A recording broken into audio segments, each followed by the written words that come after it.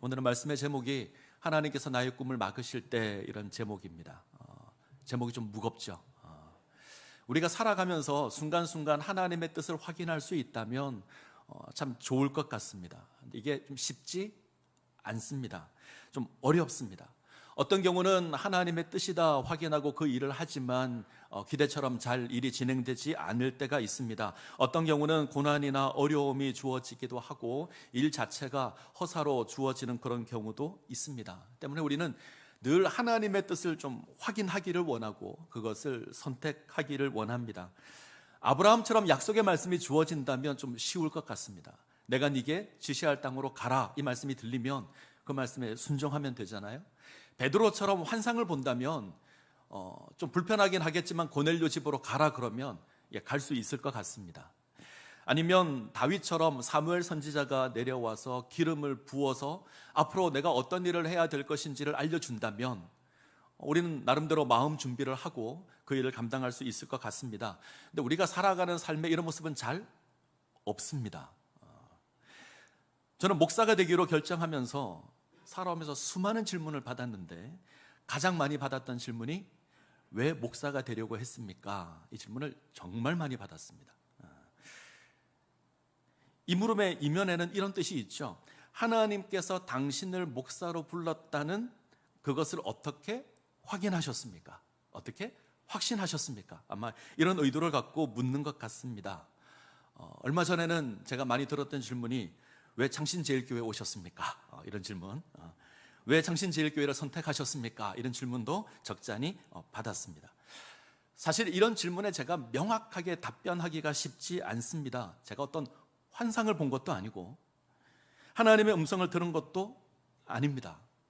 하나님의 말씀이 좋아서 말씀을 즐겨 읽었고 말씀 전하는 사역을 하면 좋겠다라는 마음이 생겨서 목사가 되기로 결심을 했습니다. 사실 그게 전부입니다.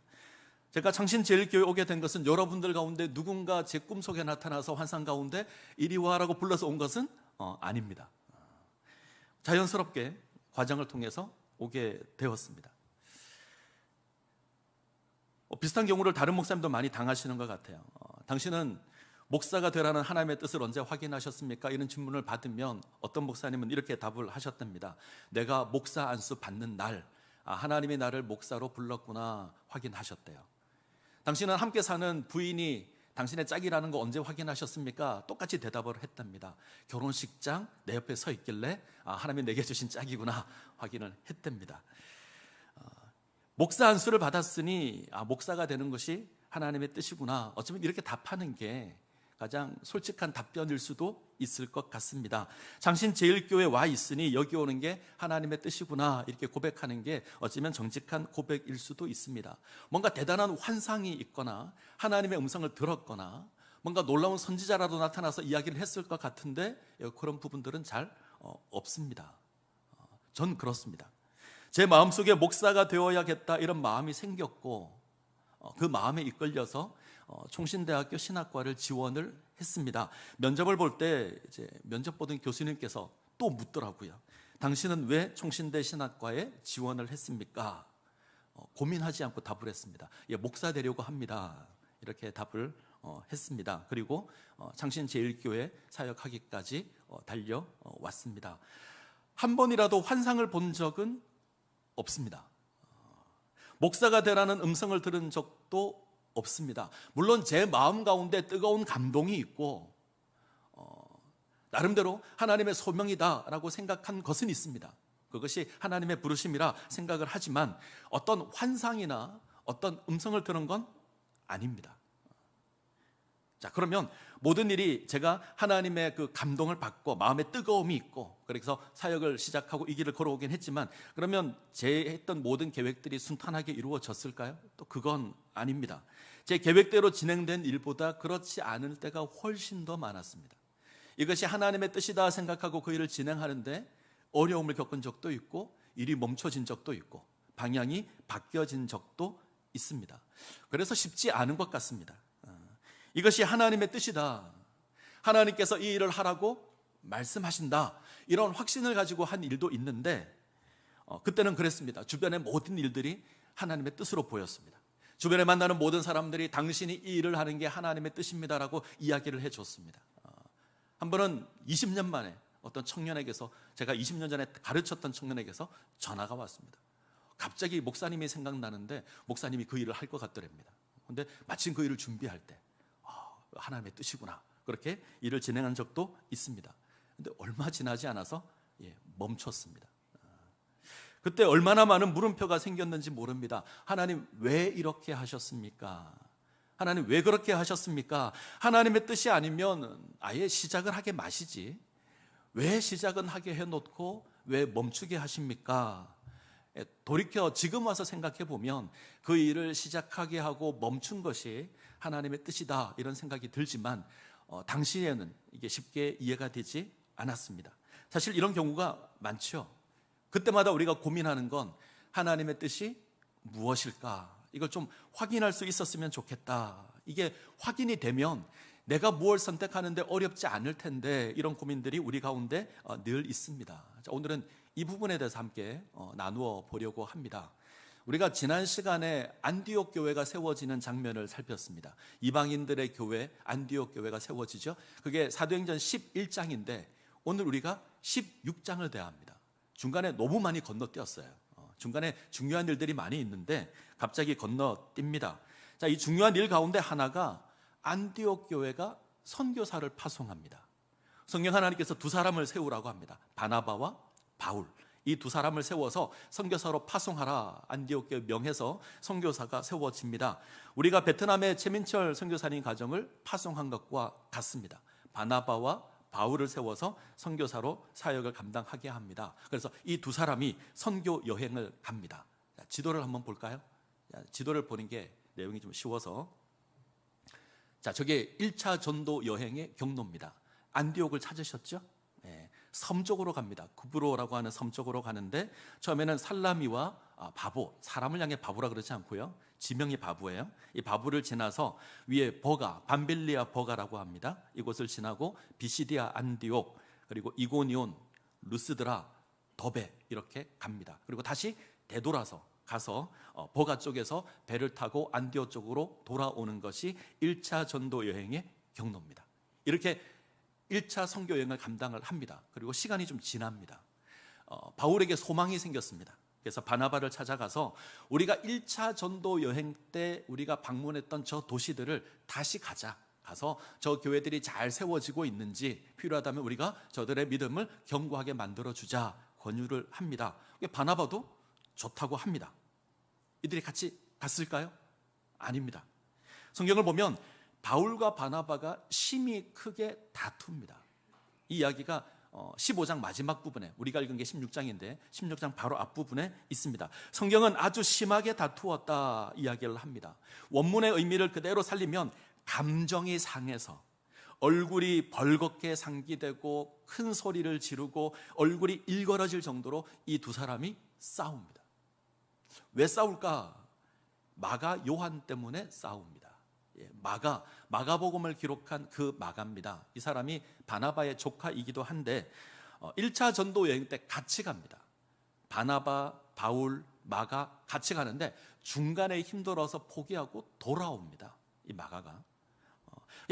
바나바는 이 마가를 다시 데리고 가려고 하죠. 비록 1차 전도 여행 때 중간에 돌아오긴 했지만 그래도 어느 정도 시간도 지났고 마가도 충분히 그 시간 동안 성장도 했을 것 같고 이왕이면 사역을 맡겨서 사람을 세우는 게 좋을 것 같습니다. 그래서 마가를 데리고 가려고 합니다. 근데 바울은요, 데리고 가지 않겠다고 합니다. 이 문제로 이 두 사람이 심각하게 싸웁니다. 한 사람은 데려가자, 한 사람은 데려가지 말자. 자, 누가 옳은 거죠? 바나바가 옳습니까? 바울이 옳습니까? 사실 답은 없습니다. 바나바도 이해가 되고 바울도 이해가 됩니다. 바나바는 그의 성품에서 알 수 있듯이 아주 온유한 사람입니다. 그의 이름의 뜻이 위로자였습니다. 사람 중심의 사역을 하는 것이 바나바입니다. 그는 사람을 찾아가서 권면하여서 세우고 함께 일하는 것을 좋아하는 사람이 바나바입니다. 당연히 마가를 데리고 가려고 하죠. 근데 바울은요, 바울은 철저하게 이제 목표 중심의 사람입니다. 일 중심의 사람이 이 바울입니다. 한번 목표를 정하면 끝까지 갑니다. 중간에 포기하는 일은 없습니다. 자, 이런 사람에게 중간에 포기하는 자가 마음에 들 리가 없죠. 특별히 선교입니다. 하나님의 사역을 하는 일인데 또다시 중간에 포기하는 일이 있으면 문제가 생길 수 있습니다. 그래서 데려갈 수 없다, 함께 할 수 없다 합니다. 이 일로 이 두 사람이 크게 다투고 갈라집니다. 갈등으로 말미암아 두 개의 사역팀이 만들어졌습니다. 아주 조심스러운 표현인데 하나님께서 이 갈등을 사용하셔서 선교의 영역을 넓혀 가신다, 이렇게 이해할 수도 있을 것 같습니다. 하나님께서 예루살렘의 박해를 통해서 복음을 전하게 하셨는데 이번에는 이 갈등을 통해서 두 개의 선교 사역팀을 만드는 겁니다. 자, 다음 지도를 볼까요? 자, 지도를 보시면, 자, 바나바는 마가와 함께 구브로 쪽으로 갑니다. 이 구브로가 바나바의 고향입니다. 그래서 익숙한 구브로 쪽으로 가고요. 바울은 신라를 동행자로 삼아서 이제 대륙 쪽으로 진행을 합니다. 자, 다음 지도를 한번 볼까요? 자, 이제 바울 일행의 여정이 등장을 하는데 바울은 이전에 복음을 전했던 그 지역들을 그대로 방문합니다.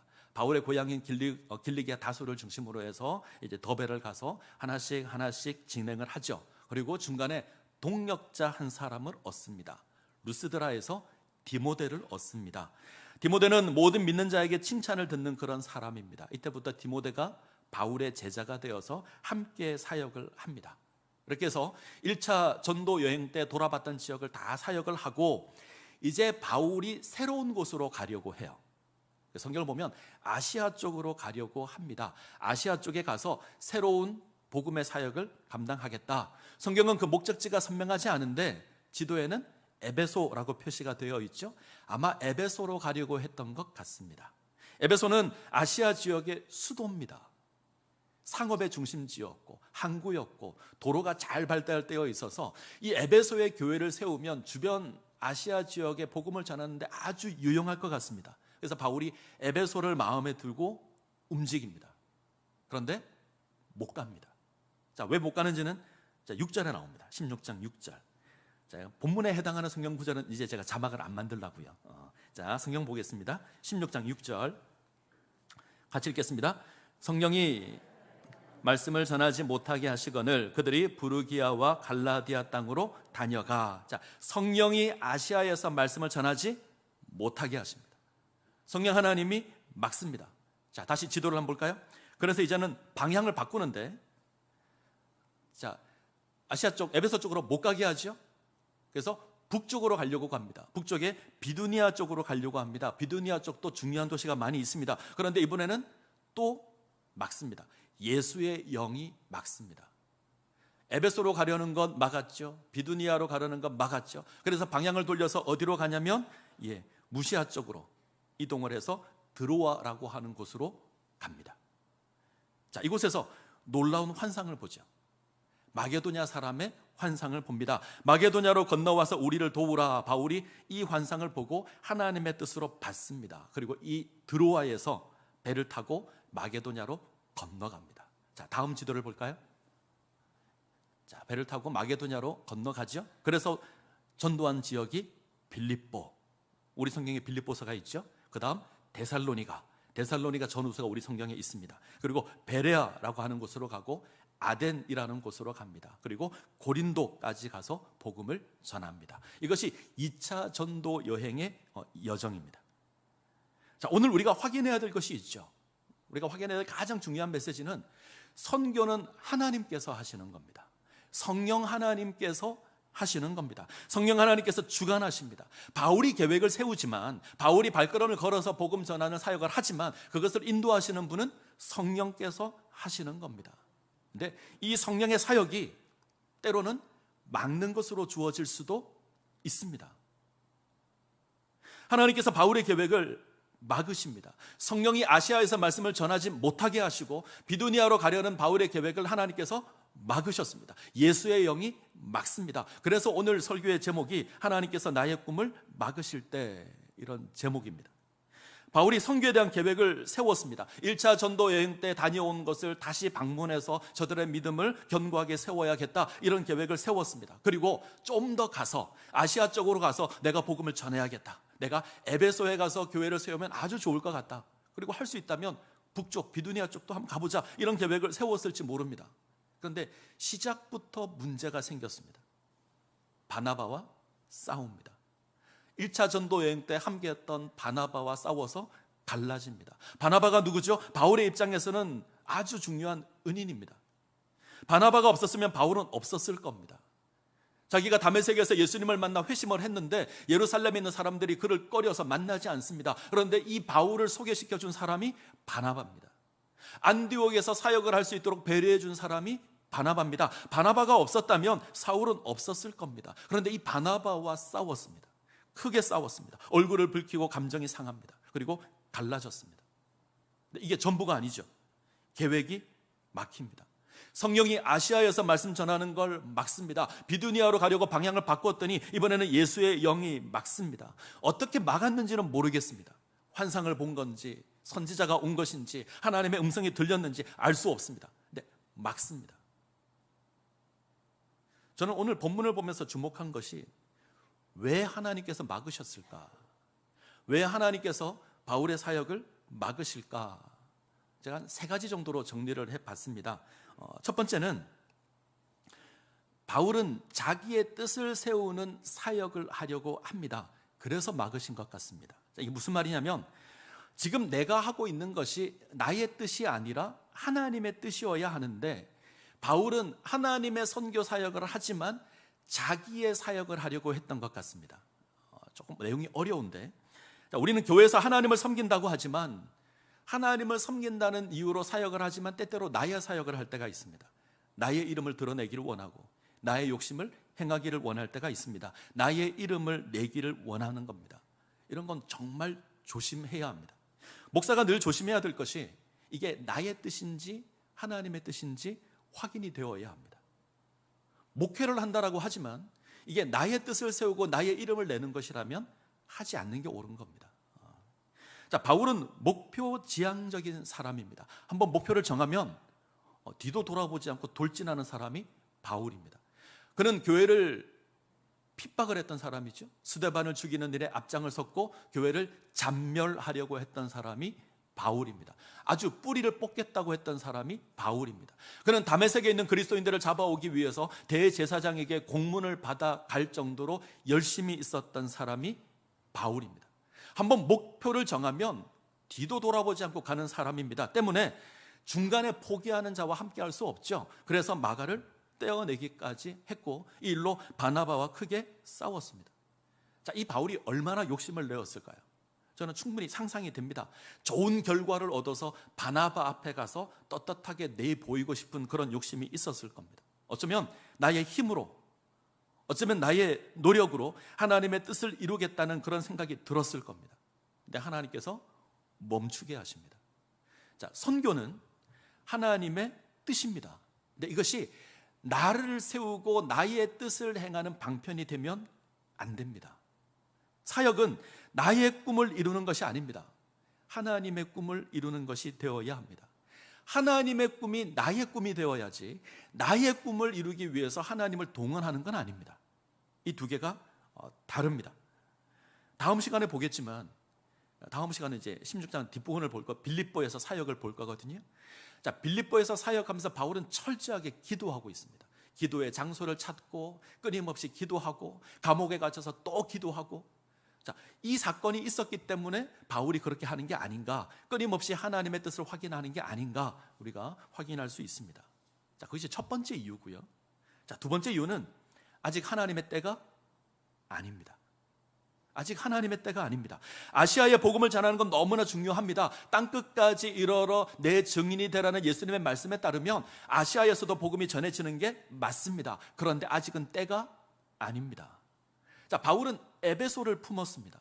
하나님, 저 에베소 땅을 내게 주십시오. 내가 저곳에 가서 교회를 세우겠습니다. 저곳에 교회가 세워지면 아시아 지역이 복음화되는데 너무 좋을 겁니다. 이런 계획을 세우고 준비를 했을 겁니다. 근데 막습니다. 성령이 맞고 예수의 영이 맞고. 그럼 바울이 언제 에베소를 갈까요? 3차 전도 여행 때 에베소를 갑니다. 가서 3년 동안 사역을 합니다. 2차 때 잠깐 들리죠. 2차 전도 여행을 마치고 돌아오는 길에 에베소에 잠깐 들립니다. 유대인의 회당을 들어가서 말씀을 선포합니다. 그러자 회당에 있는 사람들이 바울을 찾아와서 우리와 좀 더 함께 있고 좀 더 우리에게 말씀을 해 주십시오, 이렇게 고백을 합니다. 이때 바울이 한 고백이 사도행전 18장 21절인데, 자막을 보죠. 사도행전 18장 21절 같이 읽습니다. 작별하여 이르되 만일 하나님의 뜻이면 너희에게 돌아오리라 하고 배를 타고 에베소를 떠나. 만일 하나님의 뜻이면 너희에게 오겠다. 저라면 전 따졌을 겁니다. 하나님께 따졌을 겁니다. 하나님 보십시오, 내가 에베소에 와서 말씀을 전했더니 나보고 남아있어서 말씀을 가르쳐 달라는 사람들이 있지 않습니까? 당신이 틀렸습니다. 예전에 내가 에베소를 왔어야 했었습니다. 저 그렇게 따졌을 것 같아요. 그런데 바울이 뭐라고 하지요? 만일 하나님의 뜻이면 내가 오겠습니다. 그러고 그곳을 떠납니다. 하나님의 뜻을 찾습니다. 하나님의 때를 찾습니다. 하나님 허락하시면 내가 오겠습니다. 그리고 3차 전도 여행 때 에베소를 옵니다. 그리고 3년 동안 그 어떤 지역에서보다 길게 사역을 합니다. 자, 그러면 하나님께서 왜 2차 때에 에베소를 안 보내셨을까? 한 가지 추측할 수 있는 건 바울이 더 훈련을 받았어야 했습니다. 에베소는 영적으로 아주 힘든 곳입니다. 에베소에 뭐가 있냐면 아데미 여신을 섬기는 신전이 있습니다. 어마어마한 신전입니다. 세계 7대 불가사의라고 하는 이제 쉽게 이해할 수 없는 엄청난 규모의 건물들이 7개가 있는데 그 중에 하나가 아데미 신전입니다. 엄청난 규모의 신전이 있습니다. 에베소는 이 아데미 여신에 미쳐 있는 동네입니다.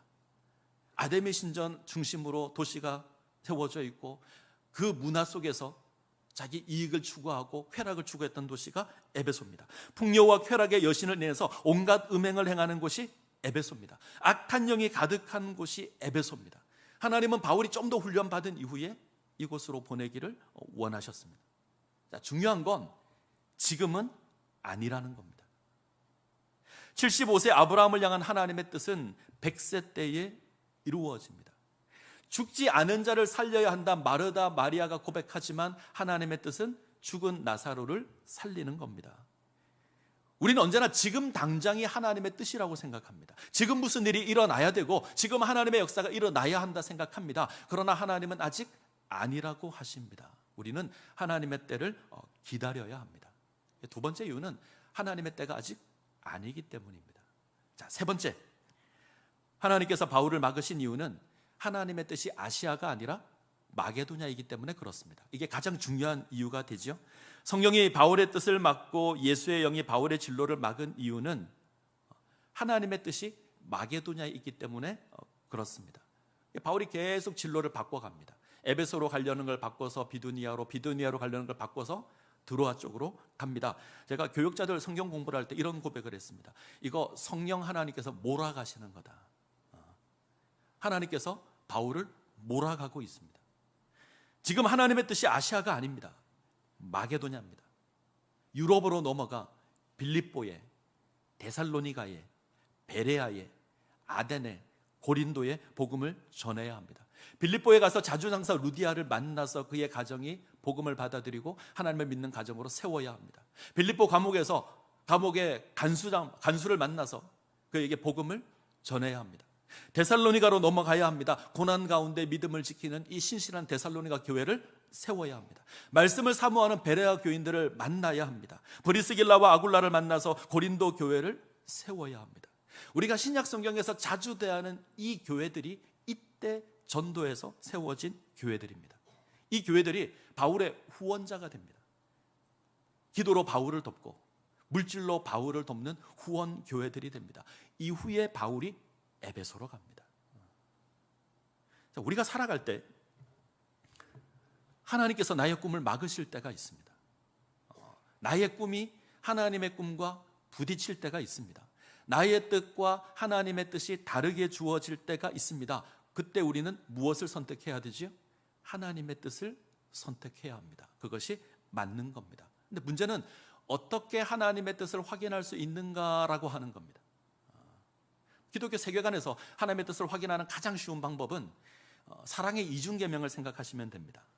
이것이 하나님의 영광을 위한 것인가 아닌가를 먼저 보시고, 이것이 다른 이웃에게 도움이 되는가 도움이 되지 않는가를 보시고 그 일을 선택해서 하시면 됩니다. 기본적으로 일을 선택하는 방법은 그것인데, 우리는 이 문제를 다룰 때 좀 다르게 생각하죠. 어떻게 하나님의 뜻을 확인할 수 있을까? 우리가 이 질문을 던질 때는 뭔가 미래의 어떤 일들을 우리가 미리 확인했으면 좋겠다라는 생각을 많이 가집니다. 그리고 그런 방법들을 많이 취하죠. 어떤 미래적인 개념에서 이 개념을 동원을 해서 내가 미리 확인하고 그것을 선택하면 내가 안전할 것 같다.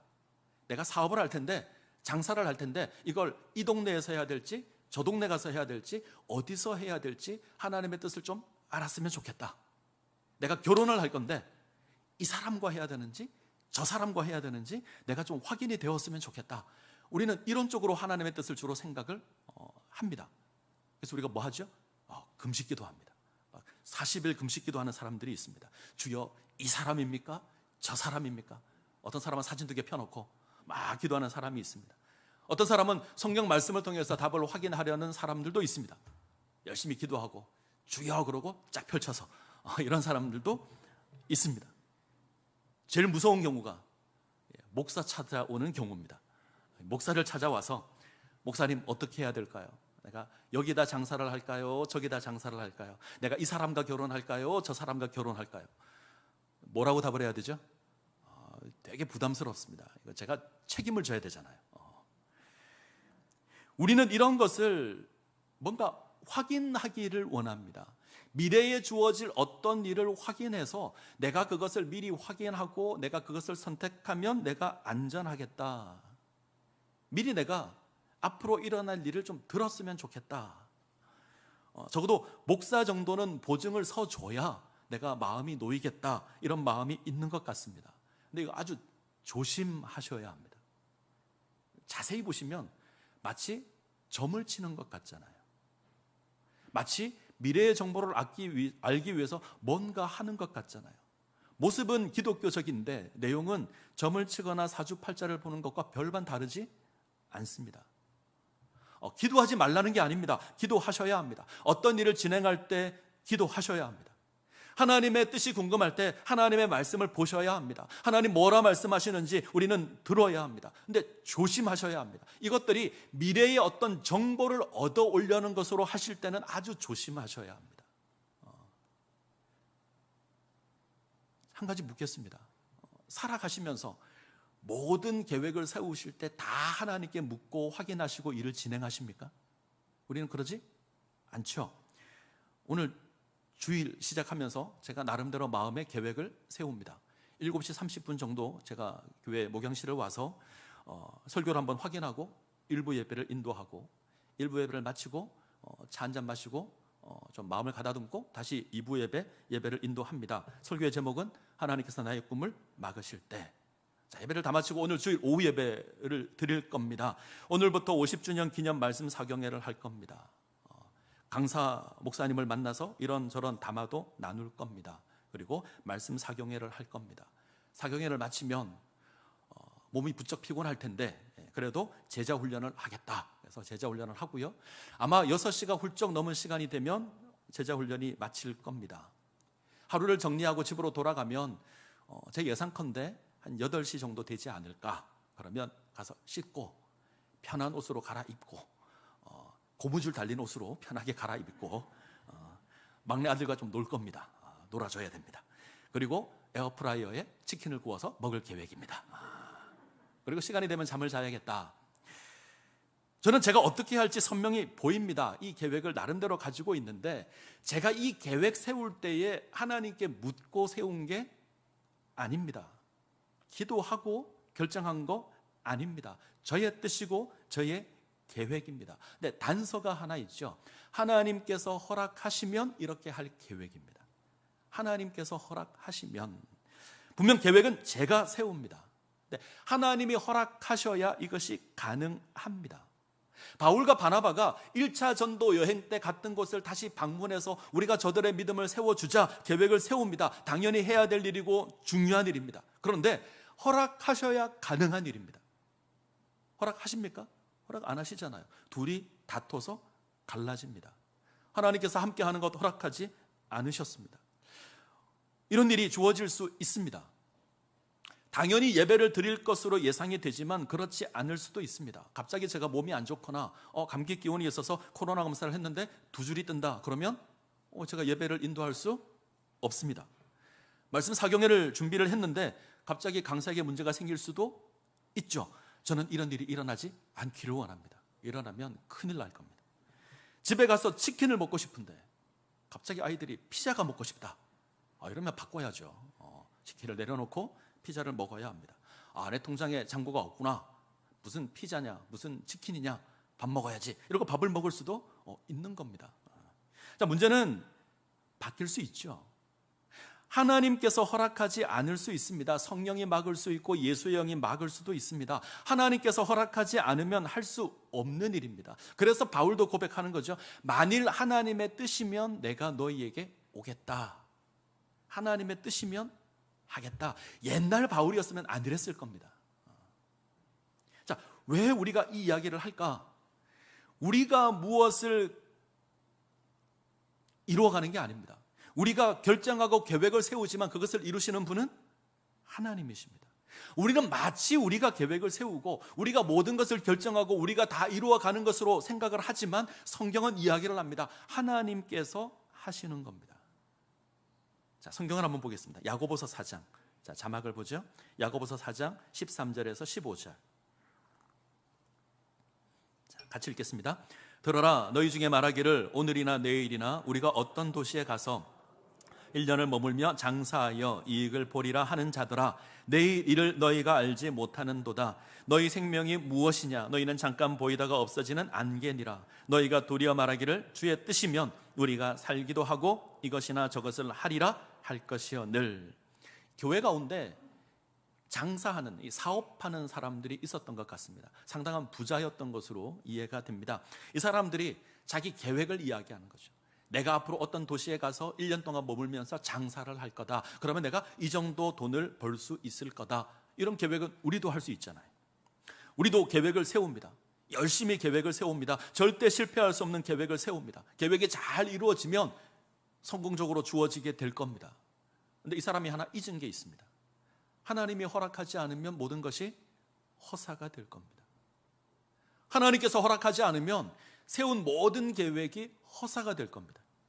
많은 곡식을 거두어 창고를 크게 짓고 그 곡식을 쌓아놓고 내가 평안히 먹고 마시고 즐기자라고 우리는 이야기할 수 있지만 하나님께서 오늘 밤에 우리 목숨을 거두시면 모든 게 끝입니다. 아침 안개와 같은 인생은 앞날을 알 수 없습니다. 그래서 우리가 어떻게 고백해야 되죠? 주님의 뜻이면 우리가 이것도 하고 저것도 하리라. 이것이 우리가 할 수 있는 최선입니다. 이 말을 오해하지 않으셨으면 좋겠습니다. 주님의 뜻이면 우리가 이것을 하리라, 혹은 내가 기도해 보고 하겠습니다. 이 말은 우리가 좀 사양할 때 많이 쓰는 표현이죠. 누가 부탁을 할 때 내가 기도해 보고 주님의 뜻이면. 그러지만 바울은 그런 의도에서 이 말을 사용하지 않습니다. 야고보 사도도 이런 의도에서 하지 않습니다. 하나님의 뜻이면 하겠다는 겁니다. 내가 주님의 뜻을 알아내어서 그것을 하겠다, 이런 의미가 아닙니다. 잘 구분하셔야 됩니다. 내가 꿈이나 환상을 통해서 하나님의 뜻을 알아내겠다, 내가 말씀을 통해서 하나님의 뜻을 알아내겠다, 그리고 내가 하겠다, 이 의도에서 하고 있는 게 아닙니다. 내가 목사를 찾아가서라도 내가 확인을 하고 내가 그것을 해야겠다가 아닙니다. 하나님이 허락을 하면 내가 각오를 하고 하겠다는 겁니다. 두 개가 조금 다릅니다. 하나님께서 허락하시면 내가 하겠다. 나의 생각과 다르고 나의 계획과 다르지만 하나님의 뜻이면 내가 순종하겠다. 내가 바나바와 함께할 계획을 세웠는데 함께하지 못할 상황이 주어지더라도 그것이 하나님의 뜻이라면 내가 하겠다. 나의 계획은 에베소에 가는 건데 하나님의 뜻이 에베소가 아니면 내가 나의 계획 내려놓고 하나님의 뜻을 따라 마게도냐로 가겠다는 겁니다. 문제는 하나님의 뜻이 우리 삶의 기준이 되어야 되고요, 그 하나님의 뜻에 우리의 모든 것을 쏟아놓아 순종할 수 있어야 합니다. 근데 우리는 하나님의 뜻보다는 자꾸 나의 뜻을 먼저 찾고 나의 뜻을 먼저 주장하고, 자, 하나님께서 허락하시면 하겠습니다. 이 말의 의미는 뜻을 확인해서 내가 그것을 하겠습니다라는 게 아닙니다. 내가 각오를 하겠습니다. 하나님의 뜻에 순종할 각오를 하겠습니다. 나의 계획과 다르고 나의 생각과 다르고 그렇지만 내가 하나님의 뜻에 순종하겠습니다. 하나님께서 멈추라고 하실 때가 있습니다. 우리 인생의 주인이 되시는 그 하나님께서 멈추라고 하실 때가 있습니다. 그러면 멈춰야 합니다. 내가 우리 인생의 주인이 아닙니다. 하나님이 우리 인생의 주인이 되십니다. 그래서 멈춰야 합니다. 하나님이 하라고 하실 때가 있습니다. 나는 아니라고 생각하지만 하나님은 하라고 하실 때가 있습니다. 나의 생각과 다르고 기대와 다르지만 하라고 하시면 하는 겁니다. 하나님께서 우리를 낮출 수도 있고요. 하나님 우리를 높일 수도 있습니다. 하나님 우리를 가난하게도 하실 수 있고 하나님 우리를 부유하게 하실 수도 있습니다. 하나님 우리를 죽일 수도 있고 하나님 우리를 살릴 수도 있습니다. 우리 인생의 주인이 하나님이십니다. 그 하나님께서 뜻을 이루어 가실 겁니다. 바울의 계획이 뭐였죠? 바나바와 함께 하는 것, 그리고 에베소에 가는 것. 근데 하나님이 다 막으셨습니다. 바나바와 갈라졌을 때 바울이 누구를 얻을까요? 실라를 얻습니다. 그리고 루스드라에서 디모데를 얻습니다. 새로운 사역자를 하나님께서 허락해 주십니다. 자, 16장 10절, 사도행전 16장 10절. 자, 같이 읽습니다. 바울이 그 환상을 보았을 때 우리가 곧 마게도냐로 떠나기를 힘쓰니 이는 하나님이 저 사람들에게 복음을 전하라고 우리를 부르신 줄로 인정함이로라. 자, 주목해서 보아야 될 단어가 하나 있습니다. 우리라는 단어입니다. 우리. 사도행전은 누가 기록했을까요? 누가가 기록했습니다. 사도행전은 누가가 기록합니다. 그런데 누가가 이때 합류한 것으로 보입니다. 그래서 우리라는 단어를 씁니다. 그러면 하나님께서 누구누구를 붙이셨죠? 실라, 디모데, 누가. 하나님은 바나바와 갈라지게 하셨지만 새로운 사역자들을 허락하셔서 귀한 사역을 감당하게 하십니다. 하나님께서 에베소로 가는 건 막으셨습니다. 그러나 빌립보, 데살로니가, 베레아, 아덴, 고린도에서 사역하게 하십니다. 우리가 하나님의 뜻에 순종하기로 각오하고 그 뜻에 순종하면 하나님께서 당신의 역사를 이루어 가십니다. 하나님의 영광을 들어 내실 겁니다. 하나님 필요한 것들로 채워 주실 겁니다. 우리는 때때로 우리의 뜻을 내려놓아야 합니다. 나의 뜻과 하나님의 뜻이 부딪힐 때 우리는 나의 뜻을 내려놓고 하나님의 뜻에 순종할 각오를 하시고 그 뜻에 순종하셔야 합니다. 우리가 사도행전을 통해서 확인하는 게 있죠. 교회에 놀라운 부흥의 역사가 주어질 때가 있습니다. 반대로 박해가 주어질 때도 있습니다. 교회가 복음이 널리 선포될 때가 있고 선교의 사명을 감당해야 될 때가 있습니다. 때때로 사역을 멈춰야 될 때도 있습니다. 하나님께서 창신 제일교회를 위해서 지니신 뜻이 있습니다. 하나님의 꿈이 있습니다. 하나님께서 우리 가운데 역사하실 것이고 그 뜻을 하나님 이루어 가실 겁니다. 이 하나님의 꿈을 이루는 교회가 되기를 소원합니다. 우리 창신 제일교회가 하나님의 꿈을 이루는 교회가 되어야 합니다. 현수막에 새겨놨습니다. 우리의 꿈이 아닙니다. 나의 꿈이 아닙니다. 우리의 계획이 아닙니다. 하나님의 꿈, 하나님의 뜻, 하나님의 계획입니다. 자, 그 모습이 때때로 우리 생각과 다를 수 있습니다. 우리의 기대와 다를 수 있습니다. 우리 생각에는 틀림없는 하나님의 뜻인데 하나님이 막을 수 있습니다. 성령 하나님께서 멈추게 할 수 있고요. 하나님 아직 아니라고 할 수 있습니다.